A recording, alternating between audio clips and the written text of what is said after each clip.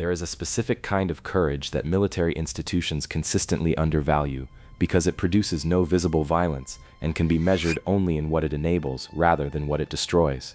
The fighter pilot who shoots down 6 enemy aircraft in a single engagement has a body count. The intelligence is unambiguous. The bomber crew that puts its bombs on a factory can point to the crater. The reconnaissance pilot who flies alone and unarmed at altitude over a defended target and comes back with photographs has nothing to point to except the photographs themselves, and the photographs do not look like courage. They look like images, patterns of shadow and light on paper that analysts interpret into operational intelligence and commanders convert into plans. The courage that produced the photographs is invisible in the photographs.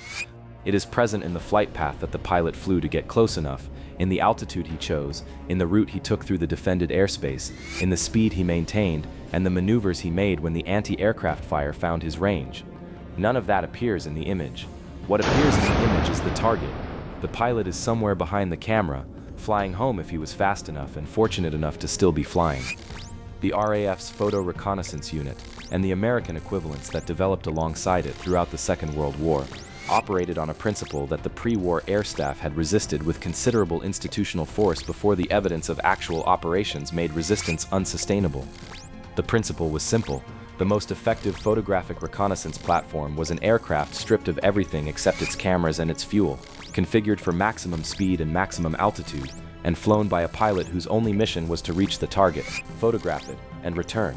No guns, no bomb load, no escort, no formation flying, a single aircraft flying alone that survived by being where the interceptors were not and by being faster than anything that found it. The institutional resistance to this principle came from the established doctrines of both Fighter Command, which believed that any aircraft operating over enemy territory required armed escort, and Bomber Command, which believed that reconnaissance aircraft should be able to defend themselves. Both doctrines were wrong in the specific context of strategic photographic intelligence, and the operational history of the war demonstrated their wrongness with a consistency that eventually overcame the institutional inertia. The pioneer of the stripped-down, unarmed reconnaissance approach was not an RAF officer. He was an Australian entrepreneur and aviator named Sidney, who had been recruited by British intelligence before the war to fly what were officially civilian business trips over Germany and Italy in a modified Lockheed 12 photographing military installations while his passengers, genuine business contacts he maintained as cover, looked out the window at the Alps. Cotton had developed from first principles and personal operational experience the insight that the best reconnaissance aircraft was a clean, fast aircraft with hidden cameras and a pilot who looked entirely unlike what he was. His pre-war sorties had produced photographs of German military infrastructure that the RAF's official reconnaissance aircraft had not been able to approach. When war came, Cotton's methods were adopted, credited insufficiently, and then institutionalized in ways that removed Cotton himself from the program he had created. The load, the aircraft that the Pier unit flew in its first effective operational period, were modified Spitfires, and the modification philosophy reflected Cotton's original insight applied to the most capable airframe the RAF had available. The guns were removed. The gun bays were sealed, and fuel was placed in them, extending the aircraft's range. The surfaces were polished to reduce drag and increase speed. The cameras were fitted in the fuselage in heated bays that prevented the film from becoming brittle at altitude. The pilot wore an immersion suit and breathed from oxygen at altitudes where the temperature outside the cockpit was 60 degrees below zero. He flew alone.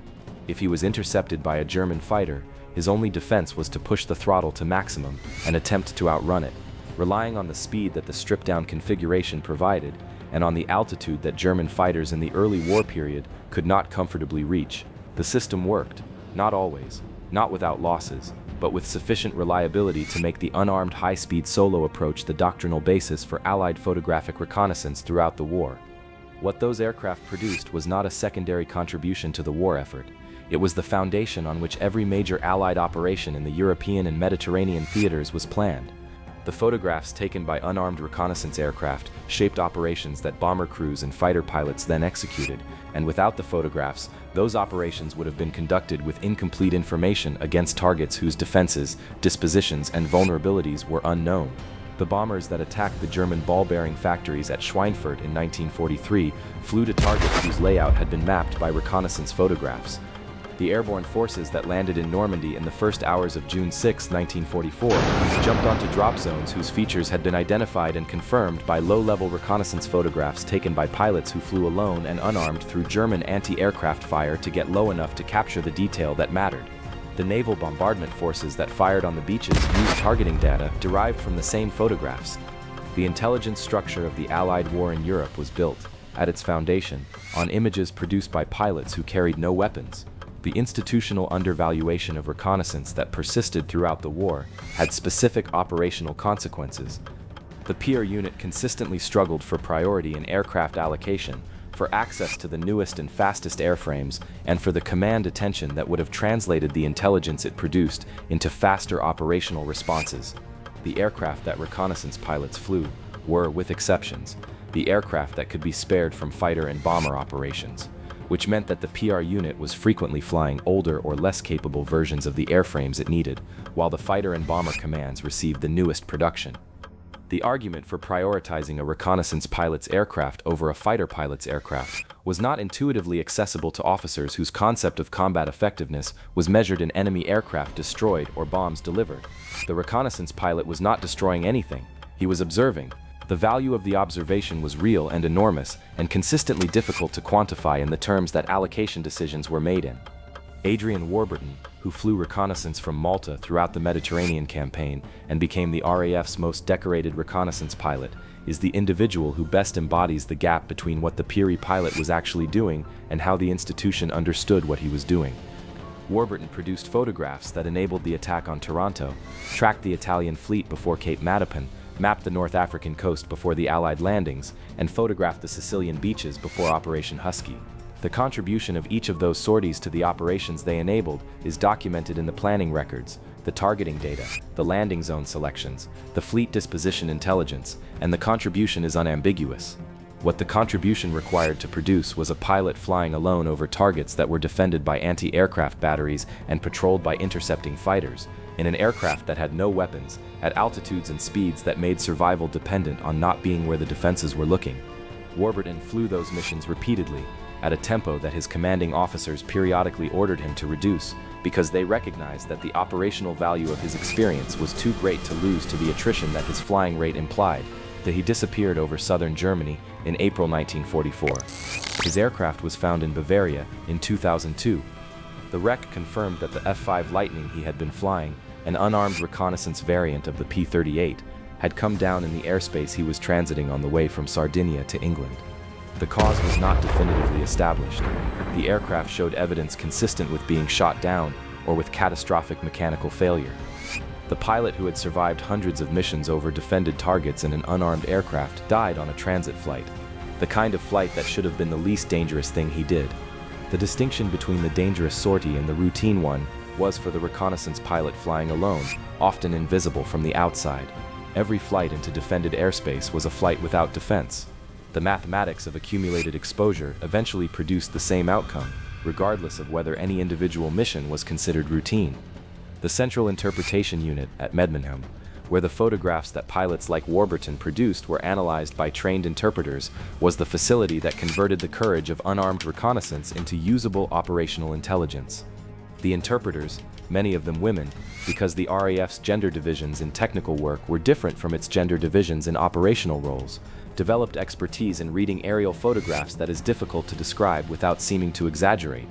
They could identify the type of aircraft on a dispersal from shadow patterns.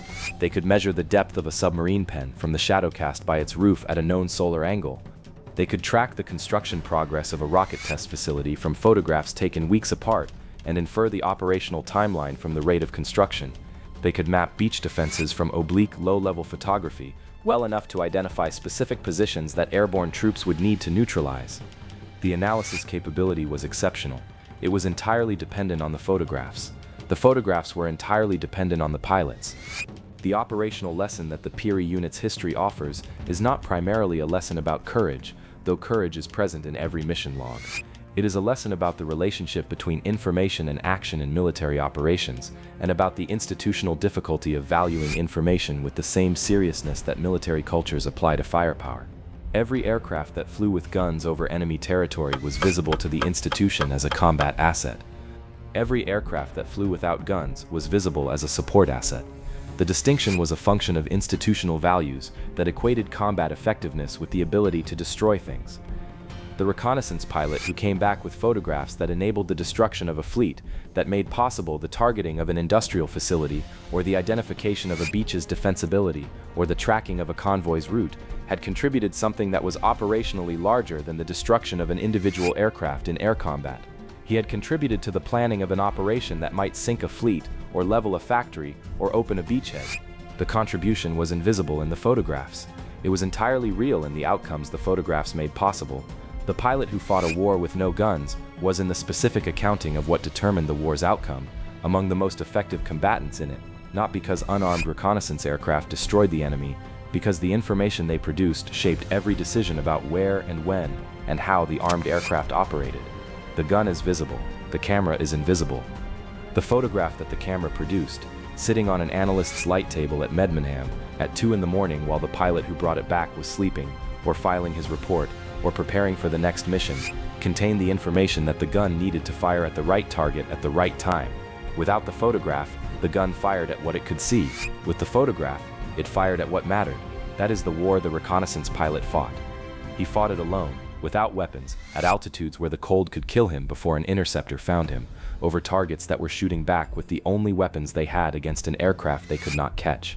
And when it worked, which it did, most of the time until it didn't, he landed with the photographs, and the photographs went to Medmenham, and the interpreters went to work, and the planners got what they needed to plan. The guns came later, the camera came first,